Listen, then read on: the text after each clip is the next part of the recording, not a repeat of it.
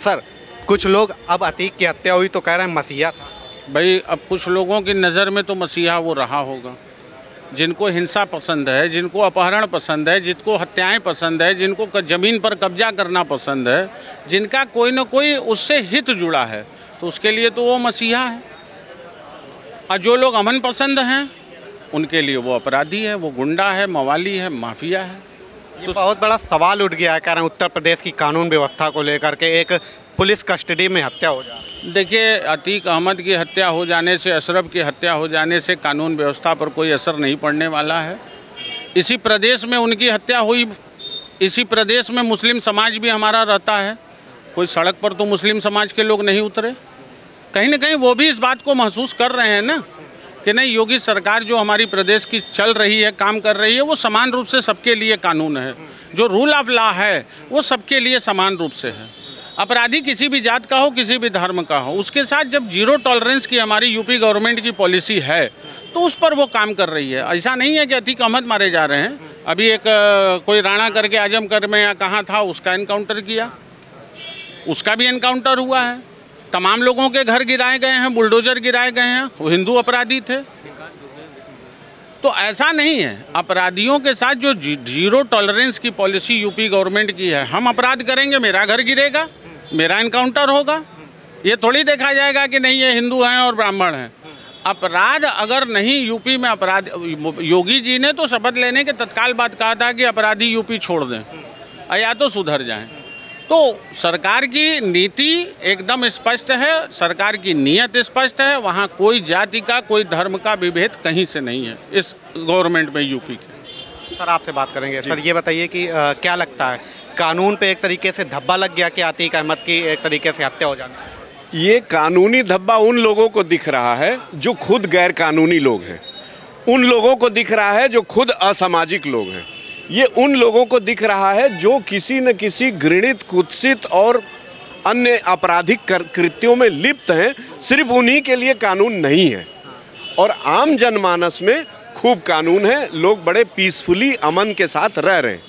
इससे एक मैसेज जाता है कि जो कानून का चोला ओढ़ के या कानून की बात कह करके समाज में विषमता पैदा करने वाले लोग हैं, उनको दुख रहा है, उनको पीड़ा हो रही है, उनको कष्ट हो रहा है। क्यों कष्ट हो रहा है? इसलिए कि एक बहुत बड़ा अपराधी नेस्तनाबूद कर दिया गया। सत्य यही है। अच्छा, जब काले कोट में उमेश पाल जी की हत्या हुई तब ये सारे लोग नहीं बोले। जब आज एक हत्यारे की मान लीजिए कि पुलिस कस्टडी में हुई, वो तो फिल्ले हो रहे, लेकिन एक हत्या हुई तब ये सारे लोग बोल रहे। ये तो देखिए अवसरवादी लोग हैं। ये समय देख करके मेढक जो है तब बोलता है जब बारिश होती है।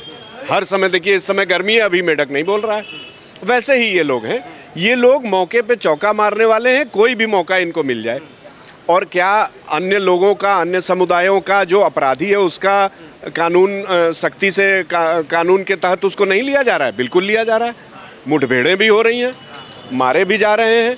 जो भी इस तरह का कुकृत्य करेगा, जो भी इस तरह से चुनौती देगा, साबरमती में उसका बयान दूसरा आता था, यूपी में दूसरा आता था। मीडिया को धन्यवाद दे रहे हो कि तुमने हमको बचा लिया, और अगले दिन मीडिया वाला बन के आके तुमको मार दे रहा है। कहाँ गया धन्यवाद? तो ये मिर्ची उन लोगों को लग रही है जो खुद गैर कानूनी कृत्य कानून का चोला ओढ़ के करते थे। और उमेश पाल एक वकील थे। किसी भी तरह से जा करके उन्होंने, जो इस आतंक का माहौल था कि अतीक के खिलाफ कोई गवाही नहीं देता था। क्यों 30 साल से उसके मुकदमे पेंडिंग है? क्योंकि कोई गवाही देने नहीं जाता था। उसको तोड़ करके, उसने उस मान्यता को तोड़ करके, अवधारणा को भंग करके, साहस करके जाके कोर्ट में बयान दिया अतीक के खिलाफ, और बयान देने के बाद जब सजा हुई तो उसकी हत्या हो जा रही है। तो ये अपराधी हैं, इनका कोई धर्म नहीं है। ये जिस भाषा को समझते हैं उसी भाषा से ये सुधरेंगे। योगी जी तो खूब समझा रहे हैं। आप एक आम आदमी से पूछिए तो कानून व्यवस्था के जयकारा लग रहा है उत्तर प्रदेश में। और कोई नहीं भूला है जब समाजवादी पार्टी की सरकार थी और बंदूक लिए काफिला गाड़ियों का निकलता था और जनता किस तरह से भयाक्रांत किया जा रही थी, किस तरह से ज़मीनें कब्जा की जा रही थी। और वो सारे अपराधी सिर्फ योगी जी के एक संदेश के बाद अपने अपने बिल में घुस गए, अपराध बंद हो गया। अच्छा सर, क्या लगता है कि जिस तरीके से हत्या की गई, ये सब कुछ हुआ, तो इसके बाद पुलिस है, सरकार है, कानूनी दांव पेच में फंस जाएगी क्या? बहुत सारे लोग कह रहे हैं पुलिस और सरकार अब कानूनी दांवपेच में फंस जाएगी, बैकफुट पे आना पड़ेगा। पुलिस और सरकार का काम ही है कानून के दायरे के अंदर रह करके कानून के दायित्व का निर्वहन करना, कानून के अनुपालन को सुनिश्चित कराना।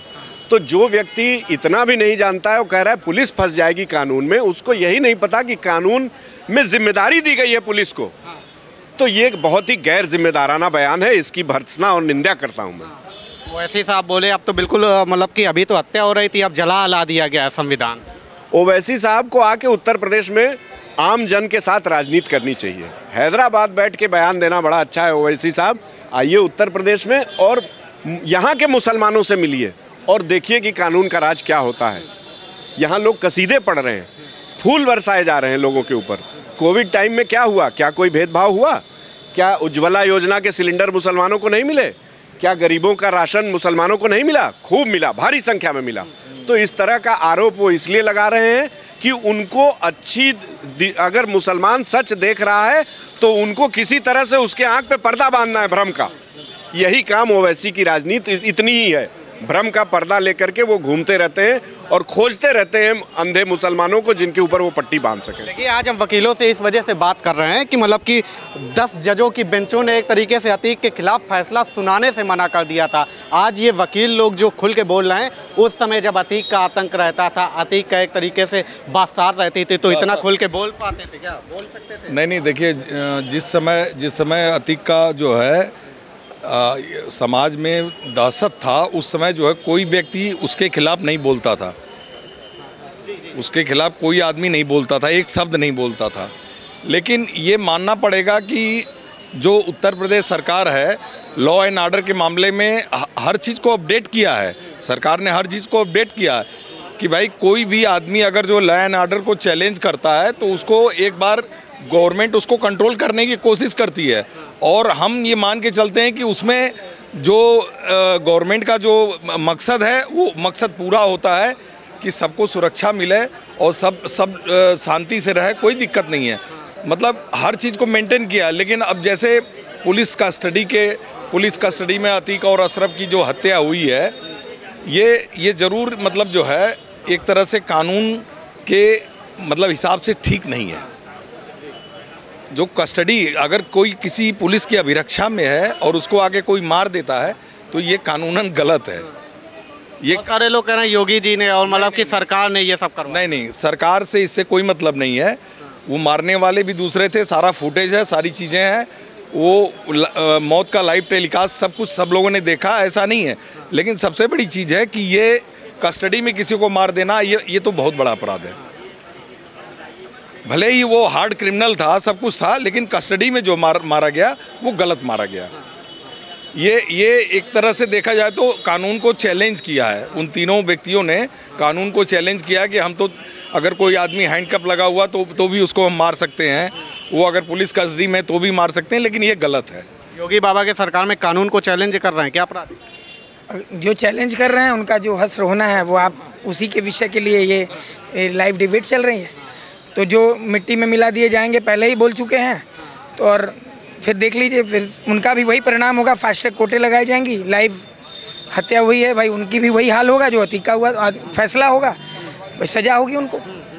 अच्छा, आप लोग तो कानून के जानकार हैं, क्या लगता है ये सब कितना सही है? एक पुलिस कस्टडी में और कहा जा रहा है इस समय ताक कर दिया, योगी बाबा अपने मनमाने तरीके से संविधान चला। पुलिस की सुरक्षा में ही उमेश पाल भी थे ना, उमेश पाल जी भी सुरक्षा में ही थे ना, उनकी भी हत्या हुई ना। तो ये अपराध का कोई एक पैमाना नहीं होता है। वो अगर वो निडर होकर निकल गए हैं तो भाई अगर वो नहीं डरते थे क्या प्रशासन से? तो ये भी उसी तरह से उनके इस समय दिमाग में चढ़ा था कि मैं भी हाईलाइट्स बनूंगा, अतीक जैसा अपराधी को मैं मारूंगा तो मैं इंटरनेशनल अपराधी हो जाऊंगा। तो उनका सपना तो पूरा हो गया, लेकिन जो उनको मिलना है वो सज़ा मिलेगी। वो पुरानी शासन नहीं है, अखिलेश सरकार की शासन आ गई तो फिर उनको हम सरछट देना शुरू कर देंगे और बेल दे देंगे, बाहर हो जाएंगे। फास्ट ट्रैक कोर्ट लगेगी और इनको भी सज़ा होगी। जो लोग किए हैं, जो अपराध को जो चैलेंज किए हैं, उनको भी सज़ा होगी, चाहे वो लवलेश तिवारी हो, चाहे वो मुख्तार हो। मुख्तार भी? सरकार, हाँ मुख्तार भी, चाहे वो मुख्तार हो, चाहे वो लवलेश तिवारी हो, मुख्तार का भाई नंबर आ सकता है? नंबर आएगा भाई। कोर्ट का भाई प्रोसीजर में है, वो आज से थोड़ी है। 10 सालों से उनके ऊपर मुकदमे चल रहे हैं और सरकार पहले। अरे आप लोग तो वकील हैं, उनके मन में दहशत क्यों बढ़ रहे हैं? फिर भाई मैं से यार हमें वो अब सजा होगी उनको। देखिए उनको ये वो गवाह को छेड़छाड़ करेंगे तो उनके साथ भी इस तरह की घटना होगी।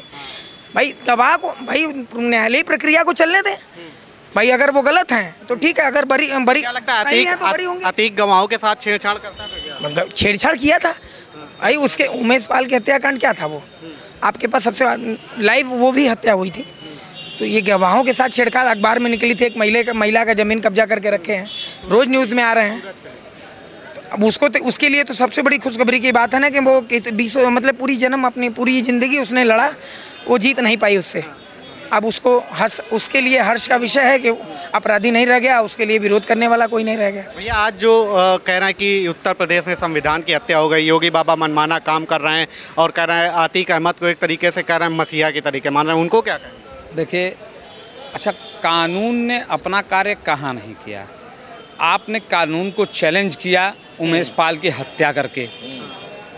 एकदम कानूनी तरीके से आपको गुजरात से उत्तर प्रदेश लाया जाता है, कानूनी तरीके से आपके ट्रायल चलते हैं, कानूनी तरीके से इनके फरार बेटों को और अन्य जो इनके सहयोगी थे इनके बेटों के उस उमेश पाल के हत्या में कानूनी तरीके से उनको खोजा जाता है, उनके ऊपर इनाम घोषित होते हैं, वो भागते हैं, फरार रहते हैं, उनको ढूंढा जाता है, वो पकड़े जाने के डर से पुलिस के ऊपर फायरिंग करने का प्रयास करते हैं, एनकाउंटर में वो मारे जाते हैं। इनके ऊपर ट्रायल, उनके पिता और चाचा के ऊपर ट्रायल चलता है। ट्रायल के दौरान ये मेडिकल के लिए जाते हैं, सारी कानूनी प्रक्रिया फॉलो की जा रही थी, एकदम कानूनी प्रक्रिया चल रही थी, कहीं भी इसमें कोई भी संदेह नहीं है। उस दौरान कोई व्यक्ति खुद को ये सोच करके कि भले हम मर जाएंगे लेकिन इसको आज मार के रहेंगे, अगर वो ऐसा आदमी घुसता है और मारने का प्रयास करता है तो उसमें पुलिस क्षणिक जो ये घटना होती हैं उसमें पुलिस रिएक्शन देने में हो सकता है थोड़ा लेट हो गया हो, लेकिन इसमें आप कानून के फेल्योर की बात नहीं कह सकते। सारी प्रोसीजर फॉलो किए गए हैं, कहीं भी चूक उसमें नहीं है। मीडिया से बात करने से रोका जाता तो यही मीडिया कहती कि मीडिया पे प्रतिबंध लगाया जा रहा है। मीडिया कर्मी बन करके वो जाते हैं। आप स्वयं बताइए, स्वयं से एक प्रश्न करिए कि अगर वहाँ मीडिया कर्मियों से नहीं मिलने दिया जाता तो यही मीडिया योगी सरकार के खिलाफ क्या क्या कह डालती और कहती कि ये साजिश रची जा रही है अतीक की और उनके हत्या की। लेकिन मिलने दिया गया, शायद यही गुनाह योगी सरकार द्वारा हुआ कि मीडिया को मिलने दिया गया। हिसाब से यूपी के लाठी मीडिया कर्मी बन के जाते हैं और मार देते हैं। डर क्या है यूपी का, बाबा जी का? विगत 5 वर्ष पूर्व, 7 वर्ष पूर्व जो स्थिति उत्तर प्रदेश की थी उससे उत्तर प्रदेश का हर एक नागरिक वाकिफ है। आज वो स्थिति नहीं है, उससे बहुत ही बेहतरीन कंडीशन है। ये आप और हम मानने को तैयार हैं और कहीं ना कहीं ये आपका चेहरा भी बताता है कि आज जो कंडीशन है उससे हम सेटिस्फाइड हैं। लास्ट सवाल पूछेंगे, बेगम और बमबाज गुड्डू अभी भी फरार चल रहा है? प्रयास लगातार जारी है, पुलिस अपना काम कर रही है, इनाम उनके ऊपर घोषित हो चुके हैं, जो भी कानूनी प्रक्रिया फॉलो की जा सकती है। जितना देर करेंगी उतना ही और फंसेंगी क्या शाइस्ता परवीन? और ये मुकदमे जो हैं वो तो वही रहेंगे, अब प्रोसेस बढ़ेंगे उसमें, जैसे इनाम घोषित हो ही चुके हैं, कुर्की होगी, नीलामी होगी, ये सारी चीज़ें आपको 82-83 ये सब कार्रवाई, कानूनी कार्रवाई चलेगी। वो फरार रहें, कितने दिन तक फरार रहेंगी, आएंगी तो अपना पक्ष रखेंगी। तो ये अतीक अहमद के मामले पर हम वकीलों से बातचीत कर रहे थे। जिस तरीके से अतीक अहमद की हत्या के बाद अब शाइस्ता परवीन और गुड्डू बमबाज की भी मुश्किलें लगातार बढ़ती हुई दिख रही हैं। फिलहाल अभी के लिए इतना ही देखते रहिए दमन।